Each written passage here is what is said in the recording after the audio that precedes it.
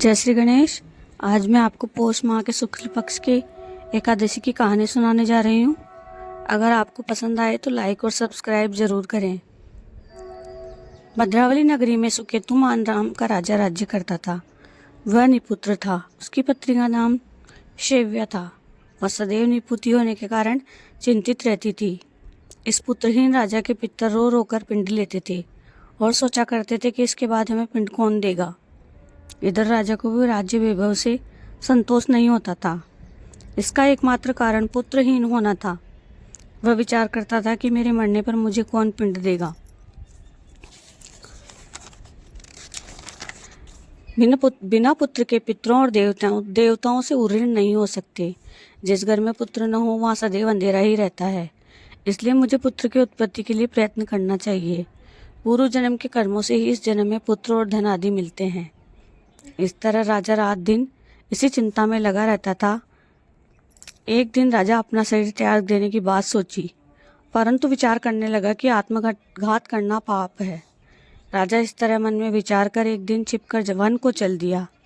राजा घोड़े पर सवार होकर वन में पक्षियों और वृक्षों को देखने लगा। हाथी अपने बच्चों और हथिनियों के बीच घूम रहे थे। राजा सोच विचार में लग गया। राजा प्यास के कारण अत्यंत बेचैन होने लगा और पानी की तलाश में आगे बढ़ा। कुछ ही आगे बढ़ा था कि उसे एक सरोवर मिला। उस सरोवर के चारों तरफ मुनियों के आश्रम बने थे। उस समय राजा के दाहिने अंग फड़कने लगे। राजा मन में प्रसन्न होकर सरोवर के किनारे बैठे हुए मुनियों को देखकर घोड़े से उतरा और दंडवत करके उनके सम्मुख बैठ गया। राजा को देखकर मुनीश्वर बोले, हे राजन, हम तुमसे अत्यंत प्रसन्न हैं। तुम इस जगह क्यों आए हो, सो कहो।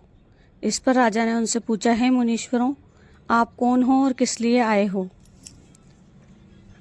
किस लिए यहाँ पर हो, सो कहो। मुनि बोले, हे राजन, आज पुत्र की इच्छा करने वाले को संतान देने वाली पुत्रदा एकादशी है। हम लोग विश्वदेव हैं और इस सरोवर पर स्नान करने आए हैं।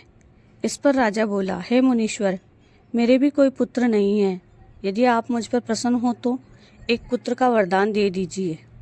मुनि बोला, हे राजन, आज पुत्रदा एकादशी है। आप इसका व्रत अवश्य ही करें। भगवान की कृपा से आपको अवश्य ही पुत्र प्राप्त होगा। मुनि के वचनों के अनुसार राजा ने एकादशी का व्रत किया और द्वादशी को पारायण किया और मुनियों को प्रणाम करके अंत में अपने महल को वापस आया।